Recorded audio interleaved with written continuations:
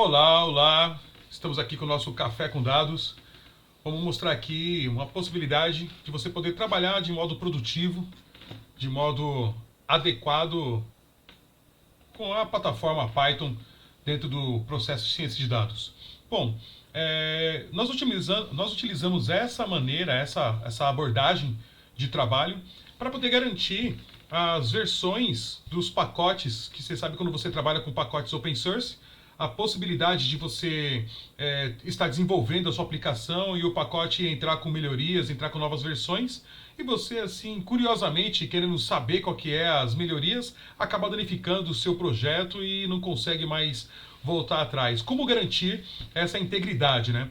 Principalmente quando você trabalha numa empresa de alta performance, aonde você tem que desenvolver uma aplicação de 2 a 3 meses aí, e ao longo desse tempo existem algumas mudanças de pacote. Você não quer perder essas alterações, mas também não quer perder o que você já fez, né? Ficar com dificuldade de poder entregar o seu projeto. Então nós utilizamos aqui na Firmanet, nós utilizamos aqui o PyEnv, e aí eu coloco aqui o site, vou deixar na descrição aqui também o site com vocês. A gente coloca aqui o PyEnv.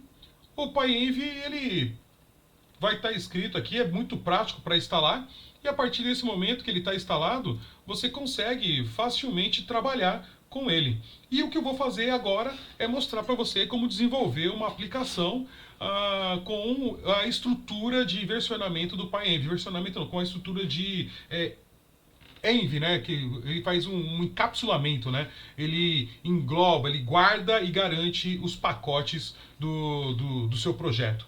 Como vamos fazer isso? Bom, vamos lá.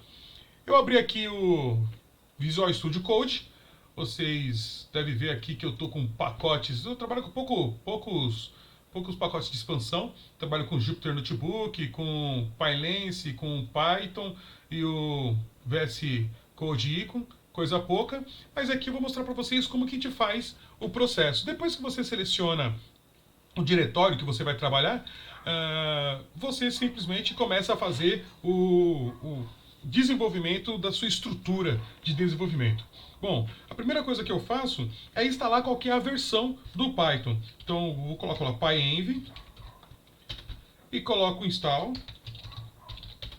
e coloco a versão do Python que eu quero utilizar. É 3.8.5. Opa, 8.5. Essa é a versão do Python que nós mais estamos utilizando aqui na Firmanet. Então aí eu dou Enter, ele já vai falar que já existe esse pacote, porque é o que nós sempre estamos utilizando. E aí, no seu caso, não vai perguntar, a não ser que você já fez esse procedimento. Mas aqui eu vou colocar não, porque não precisa instalar novamente. Então, perfeito. Logo em seguida, eu vou criar a virtualização, né? A virtualização do meu ambiente de desenvolvimento. Como que eu vou fazer isso? Vamos colocar ali, ó, PyEnv. Opa, PyEnv. Coloco lá virtualenv. Coloco virtualenv. Deus é mais, né? Virtualenv. Coloco a versão do Python que eu vou estar utilizando para essa virtualização, 3.8.5. Dou um espaço e coloco o nome da virtualização. Então, o que eu vou colocar aqui? Vou colocar café com dados, e coloco a versão do Python que está sendo utilizada nessa virtualização, 3.8.5. Perfeito? Dou um Enter, ele já vai criar essa estrutura. Só que essa estrutura criada, eu vou lá, copio essa informação aqui, e crio um arquivo chamado .python version. E lá dentro desse .python version, eu coloco o nome da virtualização. Então, por exemplo, se eu deletar aqui esse terminal e entrar novamente, ele já vai estar identificando qual que é a versão da virtualização que eu estou utilizando. Então nós temos aqui o café com dados, e aí, como padrão, melhores práticas aqui, a gente utiliza o nome, a nomenclatura, a numeração, a versão do Python que vai estar utilizando para essa virtualização. Aí eu já garanto qual é o Python que eu vou estar sempre utilizando e na virtualização reservada para esse projeto. Bom, vamos lá. Aí agora, nesse momento, eu vou lá e começo a desenvolver a minha aplicação. O que eu vou fazer? Vou colocar lá um pip install pandas. Ele vai lá, instala o pandas, coisa linda, maravilhosa. E aí eu preciso mandar isso aí para um outro desenvolvedor, para ele poder fazer uma nova frente, continuar o que eu estava fazendo, e aí o outro desenvolvedor fala assim, qual que é os pacotes que você instalou e quais são as versões de pacotes que você instalou?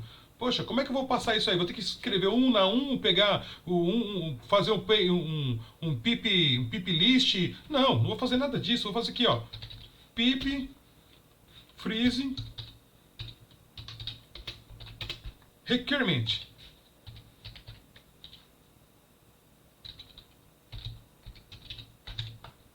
.txt. E aí o que ele faz? Percebe que ele já cria aqui o arquivo, e aí o arquivo ele vai lá e já joga todos os pacotes que ele instalou dentro dessa minha versionamento aqui, desse meu da minha virtualização aqui. Dentro dessa minha virtualização, desse meu escopo de desenvolvimento, ele guardou todos esses pacotes aqui, e aí ele coloca dentro do requirement. E aí, com esse arquivo, eu mando para o meu outro desenvolvedor, ou salvo isso no GitHub, que isso vai salvar, vou salvar isso no GitHub, depois vocês podem baixar lá e ver, usar como base, não tem problema nenhum. E aí vocês salvam no GitHub, ele vai lá, faz a baixa e faz o procedimento lá de instalação. Se caso você está desenvolvendo, se continua o desenvolvimento, e aí você precisa de um outro pacote para você poder desenvolver, vamos lá, pip install Seabor. Acho que é assim. Ele vai lá, instala o pacote, numa boa, tranquilo.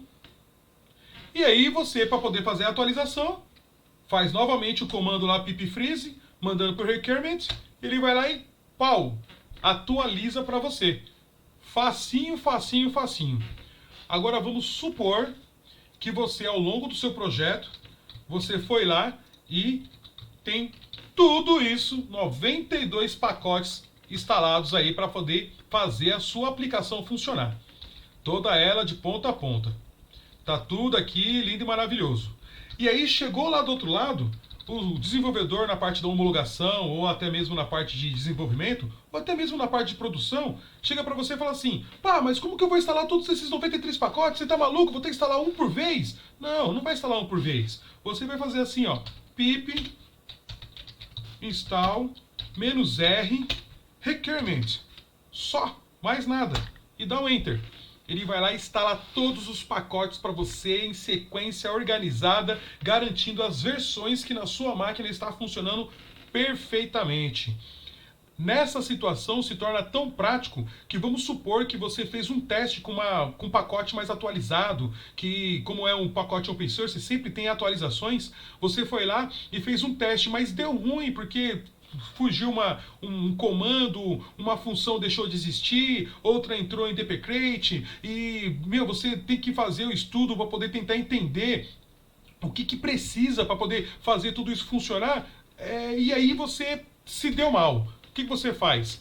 Você deleta sua VM, entra nesse arquivo, cria a VM de novo, né, com pipenv ou com pyenv, cria a VM de novo, ele vai estar em branco, você vai lá, dá um pip install -r requirement, ele vai lá e reconstrói tudo novamente. E aí deixa o seu ambiente de desenvolvimento redondo. Perfeito. Ó, tá instalado aqui. Aí que você é um bom programador, você vai lá e cria a sua pasta SCR. E aí lá dentro, você vai criar o seu primeiro arquivo, né? Qual que seria um primeiro arquivo? Bom, muitas vezes as pessoas gostam de trabalhar com uma versão de start, né, meu? Vou colocar aqui, vou dar um start aqui, ó, um arquivo aqui fora mesmo. Vou dar um start. .py. Perfeito.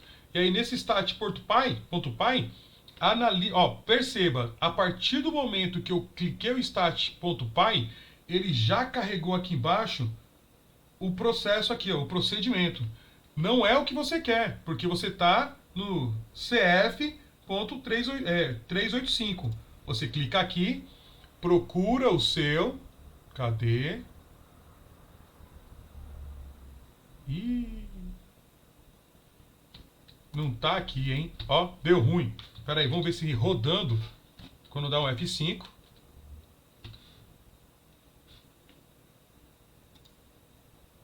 Deu ruim. Ah, calma. Não, desculpa. Primeira coisa que você tem que fazer, pelo menos é o que eu faço, né? Eu acabei de esquecer, estou antecipando alguns passos. Antecipando alguns passos. Eu vou fazer o ambiente de desenvolvimento para dar o F5, né? Para você poder rodar o F5. Então vamos lá. Eu vou aqui no ambiente de desenvolvimento, vou criar isso, o arquivo, beleza. Opa, create aqui, ó, desculpa.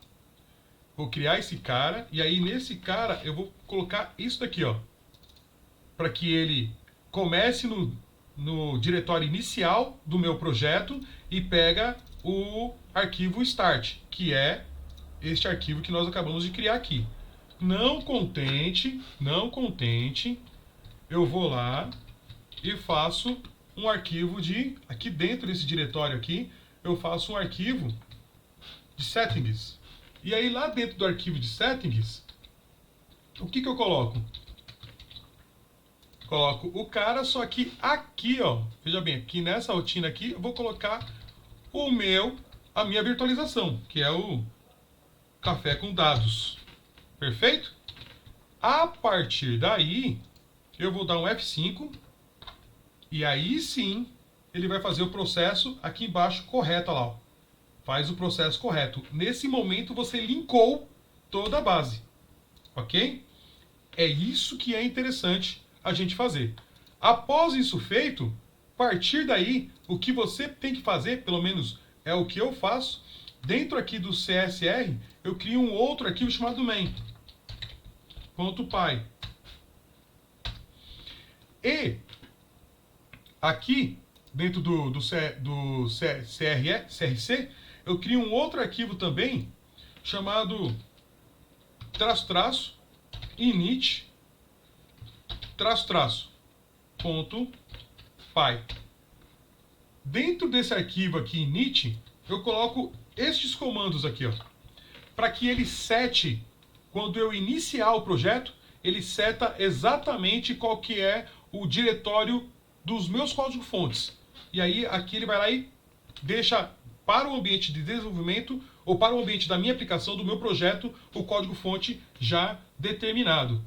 E aí, aqui no main, simples e puramente, eu vou lá e coloco esses comandos. Eu crio a classe e dou init. A partir daí você vai continuar carregando o que você achar mais adequado. No start, quais são os comandos que eu coloco no start? Eu coloco from src, né? src, import main. Tranquilo? Logo em seguida eu dou um def running, carrego aqui, dois pontos, main, e chamo a classe main lá dentro. Ele já vai startar a classe. Mas para que isso execute tranquilamente, eu coloco o quê? If name, confundi aqui, name, ou não, traço main, traço, igual, entre aspas, dois pontos, e chama a classe running. Pronto. A partir daí, o meu projeto já está startado, já está estruturado. Porque desse momento em diante, o main vai chamar as classes adequadas e aí as classes adequadas já vai estar dentro do meu projeto. Rodando aqui, só dando um breakpoint aqui para você ver, apertei o F5, ele já, pum, parou aqui. Perfeito? Aí me fizeram uma pergunta que foi assim, mas e se caso eu quiser trabalhar com a mesma estrutura do Jupyter Notebook para poder fazer o processo de células e assim por diante? Bom, vamos lá. O que eu faço assim, fora do projeto interno, quando eu quero fazer uma análise, um estudo, ou até mesmo uma apresentação, eu crio um outro diretório aqui chamado análise. E aí dentro desse diretório eu vou criar um arquivo com a extensão Jupyter Notebook. Por exemplo, vamos colocar aqui análise traço dados. A extensão do Jupyter Notebook é IP, IPy, IPyNB. Acho que é essa. É essa mesmo. E você, com a forma que eu coloquei aqui, tudo estruturado, quando você faz isso daqui, ele já carrega aqui do lado o Python da forma, o Jupyter Notebook da forma que você pode estruturar. Como, por exemplo, vamos colocar aqui import TensorFlow as TF. Por exemplo, TF. Mando rodar, ele está rodando, aí enquanto isso eu vou colocar aqui, ó, TF print TF version. Já carregou lá, rodando de novo, tá aí, ó. Instalou o TensorFlow 2.4.1. Perfeito? É desta forma que eu preparo o ambiente de desenvolvimento para a nossa linha de produção, a ponto de fazer a apresentação com extensões Jupyter Notebook, como também desenvolver aplicações robustas e estruturadas. Ok? Qualquer coisa, deixa nos comentários, manda notícias que a gente vai tentar responder para vocês. Aquele abraço!